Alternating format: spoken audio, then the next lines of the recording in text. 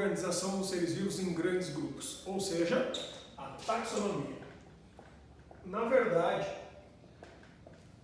o pai da taxonomia moderna, também conhecido como Carl von Linné, ou simplesmente em português chamado de Linneu, foi na verdade o cara que construiu a ideia de organização dos seres vivos lá em 1735, quando ele publicou seu livro chamado Systema Naturae, ou Sistema Natural, que era uma forma inicial de organizar os seres vivos. Anteriormente, muito antes, a gente já tinha tido alguns cientistas mais antigos lá, os gregos ainda antes de Cristo, que tentaram classificar, mas não foram muito bem sucedidos. Então, o Linneu, o que ele propôs?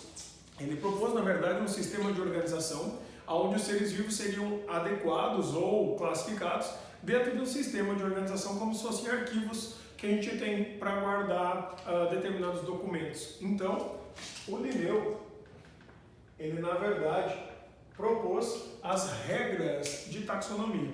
Então, a classificação do Linneu, na verdade, ela utiliza a ideia de 5 reinos. Então, nesse caso aqui, não foi o Linneu que propôs a ideia dos reinos, né? Os reinos são uma proposta de um outro cientista chamado Leo Whittaker. Na verdade, os 5 reinos hoje são classificados de acordo com as propostas de Linneu. Linneu, na verdade, não acreditava que era tanto ser vivo assim. Na época, ele classificava isso para animal, para vegetal, e era isso, né? Então, o que acabou acontecendo? Depois, o Linneu foi vendo que aquilo era muito mais amplo. Então, a proposta do Linneu é que a gente tivesse um grande grupo, que nós chamamos de reinos, e que esses reinos estivessem subdivididos ou organizados em categorias cada vez menores. Então, o Linneu, inicialmente, ele propôs a divisão em 5 taxons, ou 5 categorias taxonômicas. Na verdade, esses 5 caracteres taxonômicos eram o reino, a classe, a ordem, os gêneros e as espécies. Só que depois de um certo tempo, os cientistas começaram a perceber que essa classificação em 5 taxa, na verdade, era insuficiente, precisava uma melhora. Aí o que aconteceu? Eles criaram uma organização onde que foi adequado com mais 2 categorias taxonômicas, as famílias. Sendo assim, o que acabou acontecendo, e nós usamos até hoje, é que ficou um sistema de classificação organizado da seguinte forma, com os reinos, e dentro dos reinos a gente tem então vários filos. Os filos, também chamados lá nos seres clorofilados como algas e vegetais, como chamados também de divisões em vez de filos, é a mesma coisa. Aí é como se esses filos ou divisões estivessem subdivididos internamente com classificações menores, onde nós vamos ter então os filos divididos em classes. Essas classes divididas em ordens. Essas ordens divididas em famílias. Essas famílias subdivididas em gêneros e os gêneros subdivididos em espécies. Então tem reino, filo, classe, ordem, família, gênero e espécie. 1, 2, 3, 4, 5, 6, 7 categorias taxonômicas. Então, o que acabou acontecendo foi que essa classificação do Linneu, com o passar do tempo, ela começou a ser organizada melhor, readequada. Então, o que acaba acontecendo que nós sabemos hoje que um reino tem vários filos, que dentro tem várias classes, que dentro tem várias ordens, que dentro tem várias famílias, que dentro tem vários gêneros e que às vezes tem algumas espécies. É muito raro, mas tem, de vez em quando, situações onde nós temos uma única espécie dentro do gênero. Então, o que acaba acontecendo? Na verdade, o Linneu propôs isso para organizar os seres vivos. Sendo assim, na prática, como é que funciona esse sistema de classificação dele? Na verdade, é como se a gente tivesse uma gaveta, dentro dessa gaveta tem uma subdivisão. Aí, dentro das subdivisões, tem outra subdivisão. E assim, até chegar em espécie. Então, na prática, ele usou isso aí para tentar entender como é que os seres vivos eram mais parentes ou menos parentes, mais próximos ou menos próximos, ou, na prática, na época, mais parecidos e menos parecidos. Então, seria mais ou menos o seguinte, como se a gente fosse comparar esses indivíduos aí. Só que, para isso, o Linneu ele usou basicamente 2 critérios, assim, principais para poder fazer essa organização e classificação taxonômica. Ele utilizava especialmente para a organização taxonômica os critérios. Primeiro, morfologia. que significa o aspecto físico dos indivíduos, se tem pernas, se tem cauda, se tem nadadeiras, se tem cabeça, se tem região anterior e posterior, e como é que esses tipos de estruturas funcionam, ou seja, quais são os seus sistemas e como é que eles estão organizados, como é que eles funcionam. Então, a morfologia e a fisiologia. Então, nesse caso aqui, ó, era do que ele é formado e como é que essas peças funcionam. Tem sistema respiratório pulmonado ou é branquial? Se tem branquial, as brânquias funcionam assim assado, ou seja, era basicamente isso. Então, para a gente entender melhor, é mais ou menos como se a gente fosse classificar 3 animais quaisquer. Tá? Por exemplo, vamos fazer uma classificação de 3 bichos aqui aleatórios, bichos populares, né? Animais domésticos. Por exemplo, o cavalo ou o cachorro, né? O cão, o gato e o homem. Vamos usar a gente como referência, né? Então, nesse caso aqui, ó, o que nós vamos fazer? Vamos tentar organizar esses indivíduos dentro dessas categorias todas. No reino, nos filos, nas classes, nas ordens, nas famílias, nos gêneros e na espécie. Então, o que acaba acontecendo? Quando a gente faz essa classificação, a gente vai ver o seguinte, que quanto mais forem sendo classificados de forma conjunta, ou seja, igual, quanto mais coisas iguais estiverem na nomenclatura, maior deve ser o grau de parentesco entre eles. Então, é o seguinte, lógico, o aluno que vai fazer uma prova de vestibular ou de Enem, quando ele vai analisar isso aqui, nem sempre ele vai saber todas as palavras que vão ser utilizadas para essa classificação. Eu também não sei e pouca gente sabe. Então, o que acaba acontecendo? A gente precisa saber até um nível. Eu sugeriria assim, ó, que na maioria das vezes a gente sabendo até classe, tá maravilhoso. Se souber daqui para frente alguma coisa, meu Deus, mais maravilhoso ainda, né? Então, vai estar muito especial. É difícil acontecer? É difícil porque são muitas coisas. Então, o que acaba acontecendo? Ó? Primeiro, quando a gente classifica o homem, o gato e o cachorro, a gente sabe que os 3 pertencem ao reino animal, são 5 reinos, né? Animal vegetal, protista, que tem protozoários e algas, o fungi ou fungi, né? Que é o dos fungos, cogumelos, em geral, e ainda o monera, que é onde estão as bactérias. Nesse caso, os 3 aqui do exemplo são indivíduos pertencentes, obviamente, ao reino animal. Então, tu tem reino animal, animal e animal. Segundo, esses 3, tanto cachorro, gato e homem, eles pertencem ao reino animal, mas qual é o seu filo? Então, só para lembrar, os filos do reino animal são 9 filos: poríferos, quinidários, platelmintos, nematelmintos, anelídeos, artrópodes, moluscos, equinodermos e cordados. Então, nesse caso, tanto o gato, quanto o homem, quanto o cachorro, os 3 apresentam coluna vertebral. Isso é uma característica exclusiva daqueles indivíduos que pertencem ao último filo, que é o filo mais complexo, né, o maior, que é o filo dos cordados, que é onde nós estamos. Então, nesse caso, os que têm coluna vertebral, apresentam um sistema nervoso nas costas e tal, que é o filo dos cordados,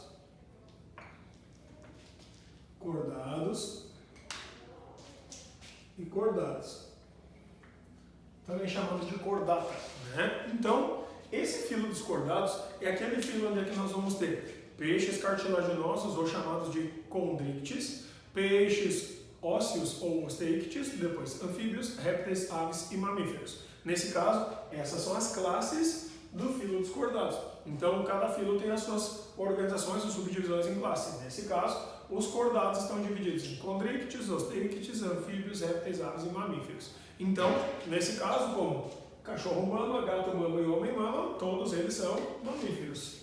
Então, ó, mamífero e mamífero.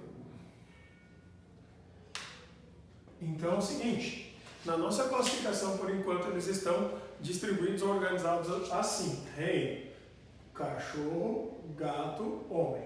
Filo, cachorro, gato, homem. Classe, tudo igual: cachorro, gato, homem. Então a gente pode dizer por enquanto que eles estão juntos ou são aparentados até o nível de classe. Até então nós já sabemos disso. Vamos seguir adiante para ver se a gente continua com eles iguais ou classificados de forma conjunta. Chegamos então na terceira, né, na quarta, melhor dizendo, categoria aqui, né? Então, que é quando a classe é subdividida em... Nesse caso, os mamíferos são subdivididos em vários grupos, muitos grupos. É difícil a gente saber todos eles, mas alguns são importantes, alguns deles é legal da gente saber.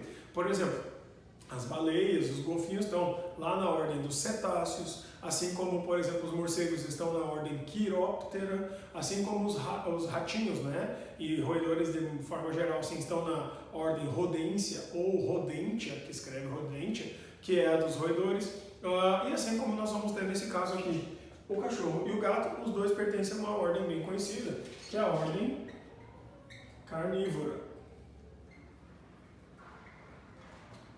Porque os dois comem carne, né? E o homem, aí já diferencia um pouquinho. O homem pertence a uma outra ordem, uma ordem que os gatos e cachorros não estão, chamada ordem primata. Nesse caso, então, o que acaba acontecendo na nossa classificação? Já é possível definir que cachorro, gato pertencem a uma ordem e o homem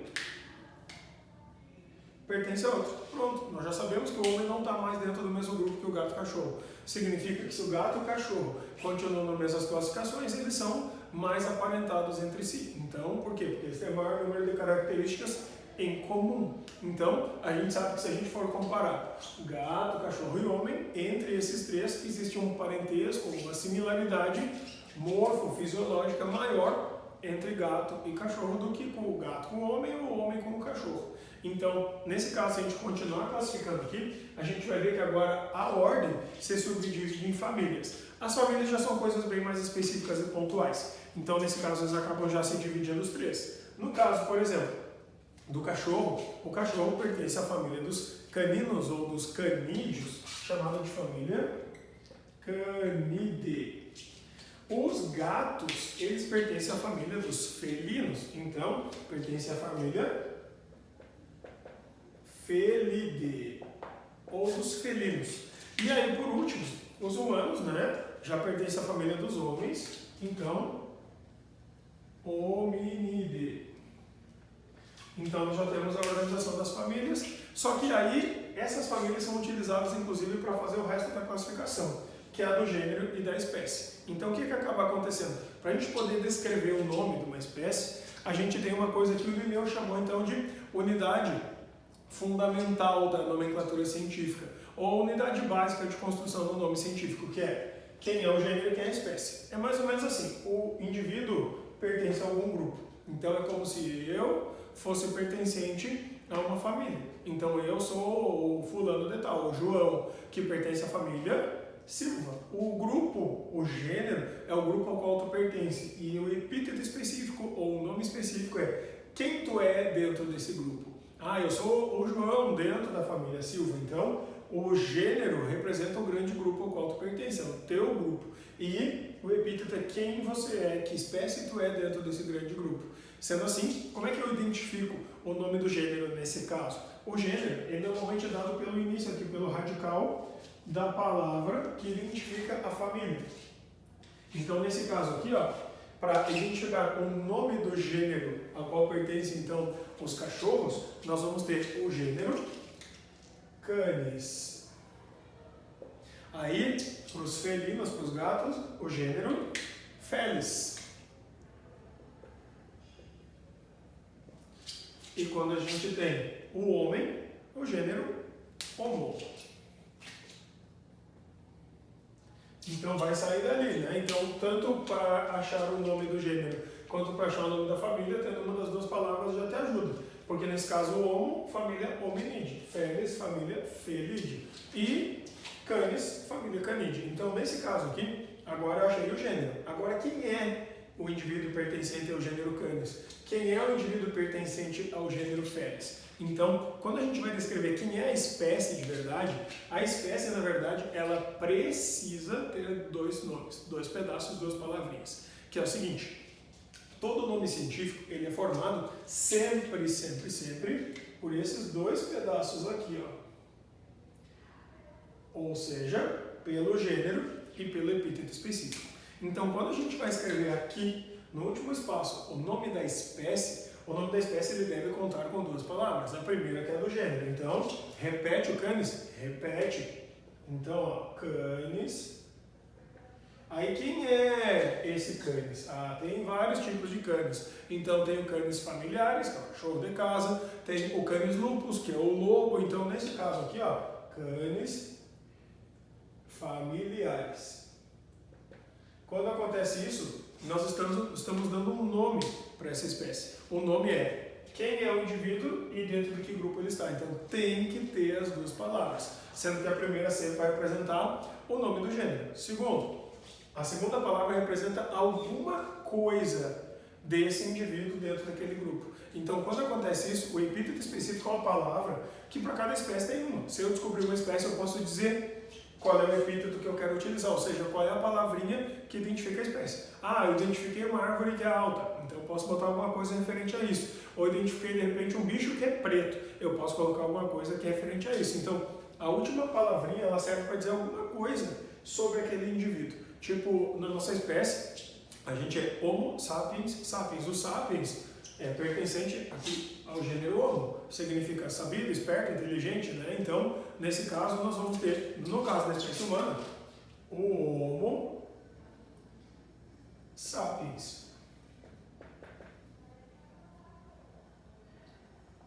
Então, é o seguinte, nesse caso aqui, o sapiens é o sabido, o esperto, né? Então, dentro daquele grupo. Nós tivemos vários outros Homo na espécie humana, que era o Homo erectus, o Homo habilis, o Homo, né? Então, tem vários deles. Quando acontece isso, o que acontece? Significa que nós tínhamos indivíduos com características diferentes, mas ainda assim pertencentes ao mesmo gênero. Significa que o gênero pode ter uma ou mais espécies. No caso do gato aqui, né? Então, nós vamos ter o Felis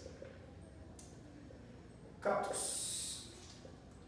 Então, que é uma das espécies de felinos. Então, quando acontece esse tipo de coisa, a gente consegue descrever, tanto por aquele esquema quanto por esse aqui, quem é mais aparentado de quem, que significa quem desce mais vezes junto, né? Dentro do nosso esquema. Então, uma coisa super importante. Quanto mais para baixo eles estiverem andando juntos, aqui, ó, nesse sentido, quanto mais para baixo eles estão andando juntos, mais para baixo junto, mais similaridade eles têm entre eles. São mais parentes entre si. Só que quanto mais para baixo a gente vai descendo, menor é a biodiversidade. Significa ter menos espécies que vão conseguir descer junto, até aqui embaixo. Então, a biodiversidade de reino para a espécie diminui, mas a similaridade entre os indivíduos aumenta. Se a gente andar ao contrário nesse esquema também, quanto mais para cima, aí menor a similaridade, mas maior é a biodiversidade. Então, quando a gente, na verdade, está tentando fazer esse esquema aqui, tentando organizar, se eu disser para vocês, ó, tem dois animais que pertencem ao mesmo reino, pertencem ao mesmo filo, pertencem à mesma classe, pertencem à mesma ordem, ou seja, tem muita coisa em comum. Sendo assim, quando a gente identifica que tem dois indivíduos que pertencem ao mesmo reino, filo, classe e ordem, e eles estão juntos aqui, eu tenho certeza absoluta que daqui para trás eles são exatamente idênticos na sua classificação. Tem que ser. Daqui para frente pode ser igual? Ó, até pode, mas não dá para ter certeza. Então, daqui para trás, sempre igual. Daqui para frente, talvez igual. Então, a gente nem sempre vai saber isso aí. Sendo assim, só é possível afirmar o que já veio antes. O que vem depois, a gente não tem certeza absoluta, a não ser que seja fornecida alguma informação extra para a gente. Então, o que acaba acontecendo? Como a gente sabe que o Linneu, ele na verdade estava fazendo isso lá em 1700, algumas coisas ficaram assim meio para trás, ou ele não tinha tecnologia para tudo isso, ou não conhecia tantos seres vivos quanto a gente conhece hoje. Aí o que acaba acontecendo? O Linneu criou um sistema de classificação que para a época tinha 5 categorias taxonômicas, não tinha nem as famílias, nem os filos, os 2 Fs não existiam, e com o tempo foi agregado, foi adicionado. Então foi melhorando, e ficou assim, com 7 categorias taxonômicas. Mas, mais recentemente, essas 7, elas passaram então a ganhar uma categoria maior, que vem antes dos reinos, chamados de domínios. Só que aí eles utilizaram outras características que não só a morfologia e fisiologia. Eles começaram a utilizar, por exemplo, categorias que se baseiam em biologia molecular, DNA e RNA. Aí, óbvio, né, o Linneu não tinha isso à sua disposição. Então, depois vieram ciências complementares que melhoraram esse sistema ou regras de classificação. Mas, sabendo disso, o Linneu ele chegou num sistema bom, assim, que a gente usa até hoje. Só que então, ele chegou numa categoria básica, que era a espécie, que é a unidade, né, que é o menor grupo de todos dentro desse sistema de classificação. Aí o Linneu para poder fazer isso aqui, ele disse, bom, mas então quando a gente for descrever a espécie, se eu estiver falando isso no Brasil, no Japão, na Alemanha, todo mundo tem que estar falando a mesma língua. Todo mundo tem que estar falando exatamente das mesmas coisas. E justamente por isso ele criou as regras que nomeiam, as regras que identificam como a gente escreve o nome de uma espécie. Ou seja, as regras de nomenclatura biológica.